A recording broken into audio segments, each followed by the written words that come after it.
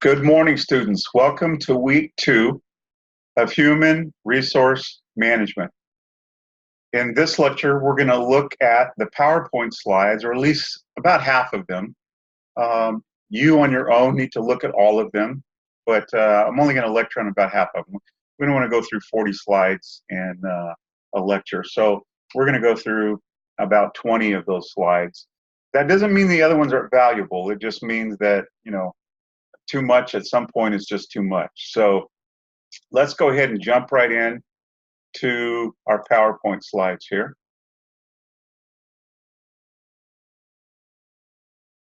All right, here we go. So this week in chapter 2, we are going to look at the value and the importance of what it means for us to look at job design, job description, job analysis, all those factors. The learning outcomes that we're looking at for this week are, after studying it, we'll be able to explain what a job analysis is and how it's used in conjunction with the human resource functions. Remember again, human resources equals what? People. Secondly, we're going to explain how the information of a job analysis typically is collected and then used in order to create a clear and specific job description. Number 3, provide examples illustrating the various factors that must be taken into account when designing a job, including what motivates the employees. So you're going to be looking at 2 words regarding motivation this week. You're going to look at intrinsic motivation and extrinsic motivation. Intrinsic is what's going on inside of the person, what motivates them from within.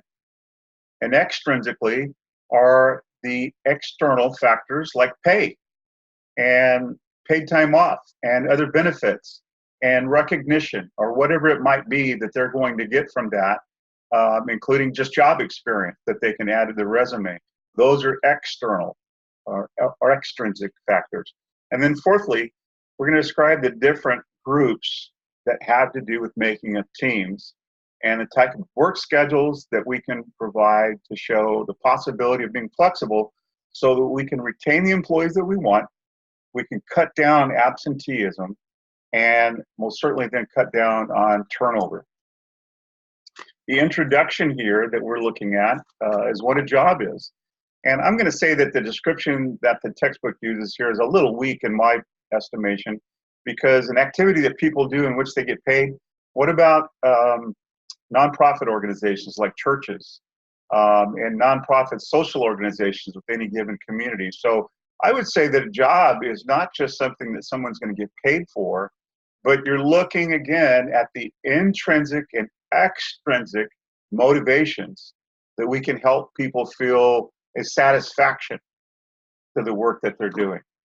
And then that affects the job flow analysis. It helps people and helps organizations determine the best processes, types, and job mixes, and how they should ideally be organized in order to execute that organization's primary mission, which we could also refer to, as we said before, as its reason for existing.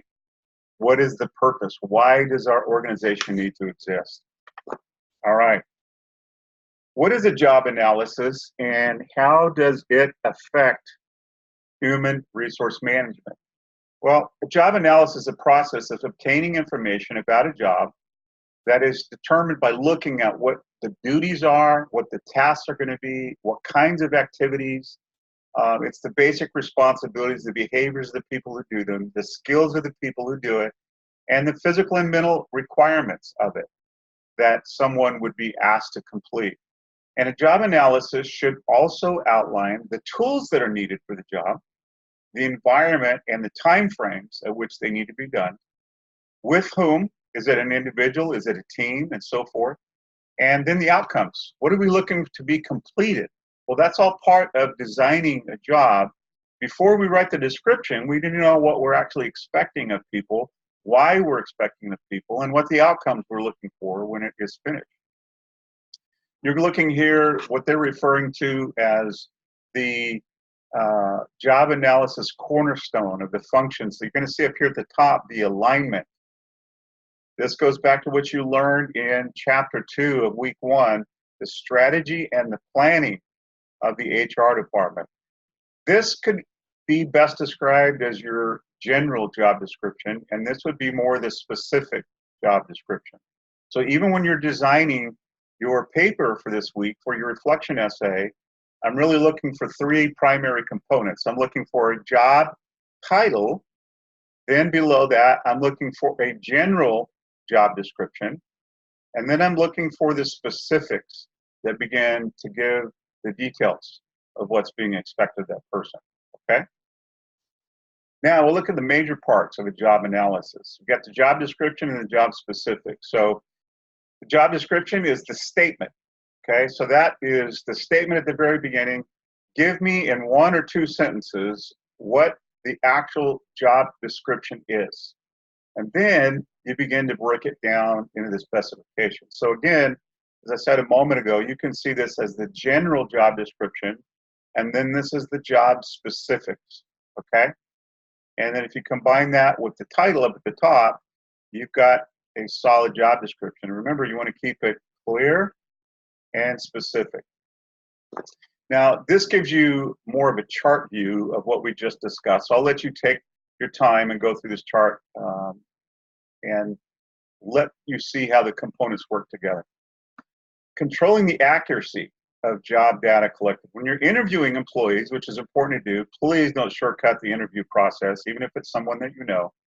And whatever tools you're going to use to conduct that interview, and the textbook gives you some excellent options to go about the interview process and the selection process and the recruiting process. But once the job analysis is done, it should be checked for accuracy by the job holders and the managers. In other words, vet the system.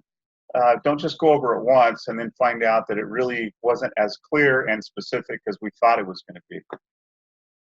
Now we're looking at job description parts that are, most job descriptions contain at least three parts.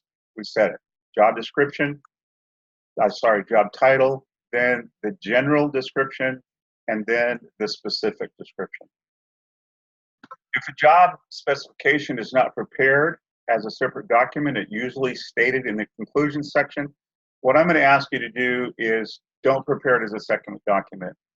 If you follow the instructions for your reflection essay at the end of this week, you're going to see that I'm asking you to build it in there together in one page. If you go into the second page for the job description, don't sweat that. That's okay. Just don't turn it into 3 or 4 pages for job description. And then on your second assignment, that all is added as one part or one final reflection essay. I want you to defend it. Why did you put those components in there? Okay. 2 key words here. And these are the 2 key words that you will see that I will grade specifically as it relates to you writing a job description this week. And that is the word clear and the word specific, which we've already began to talk about. You want to make sure that when you write this thing that people know clearly and specifically what it is that you're asking of them. Look down here at the bottom. Include language stating that the job holder will perform other duties as needed to help alleviate the problem of employees claiming that a task is not on their job.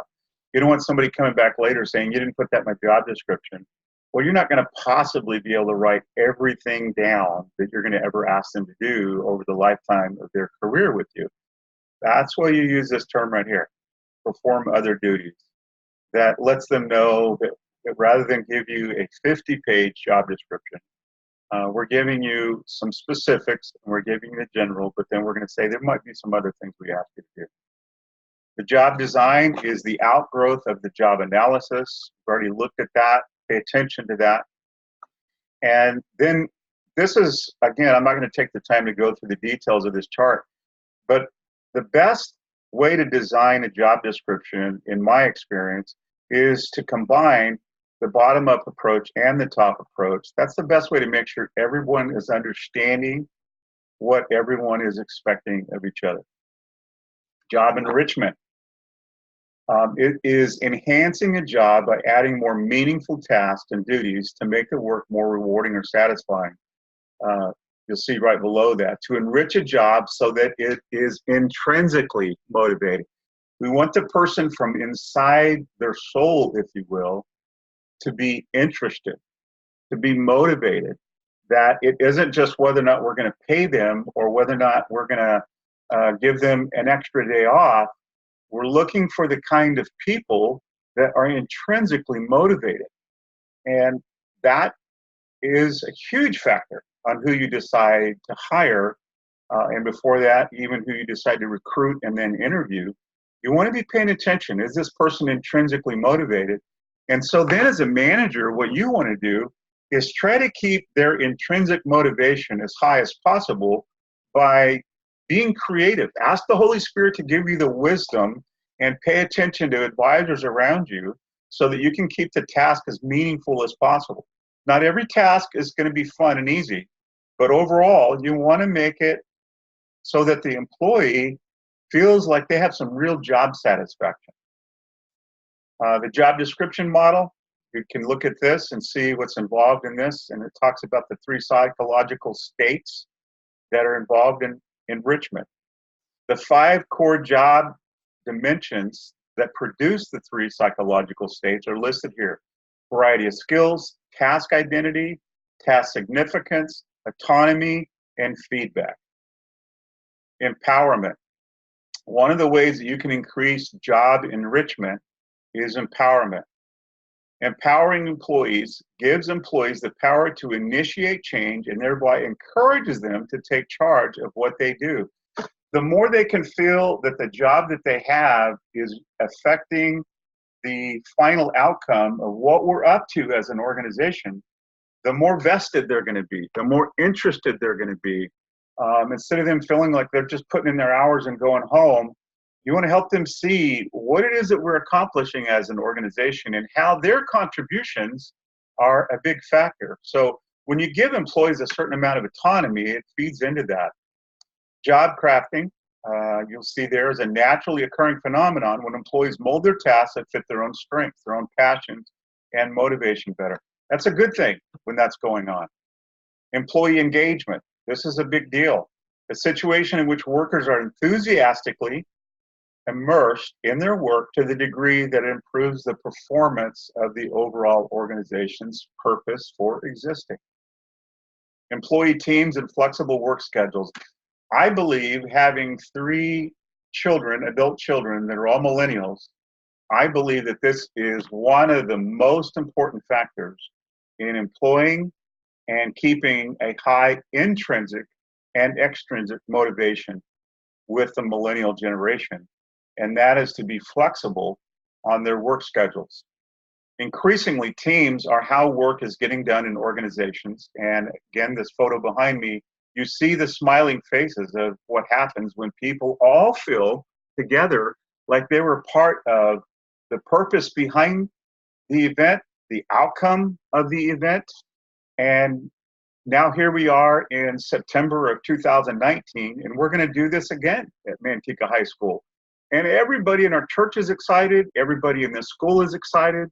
The principal, the head principal of Manteca High, and I had a meeting 2 weeks ago, and he's going to even increase even what we did last year on wanting people in our community to know that this is what it could look like. Like, for example, what if another church adopted another school and did the same thing?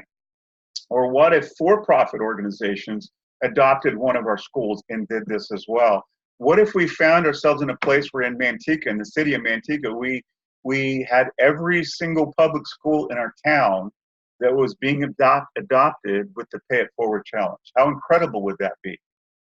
Companies are seeing advantages of tinkering with and redesigning work schedules to make them more flexible and add flexibility to where employees can work. For example, my office administrator is 7 months pregnant right now. So I let her work several times over the last couple of months when her nausea level or dizziness level has been high. I've let her work from home. she's got a laptop that we provided for her as part of her job. And if she can work from home and get the job done, and she has a very strong intrinsic motivation, she passionately wants to do her job well. She knows that if her name's attached to it, she wants it to be quality. And the result of that is I can let her work from home because I know that she is intrinsically motivated. And then I'm able to check and see if she got it done because it's the kind of work that she needs to do to get us ready for the following weekend, to make sure that our communication with volunteer team members is strong and clear. And so it's really easy for me to see whether or not that work got done. And companies are seeing the advantage of this, and I would say that our church has certainly seen the advantage of that. Employee teams, a group of employees working together towards a common purpose in which members have complementary skills and the members work in mutual dependency, and the group has discretion over tasks that are performed.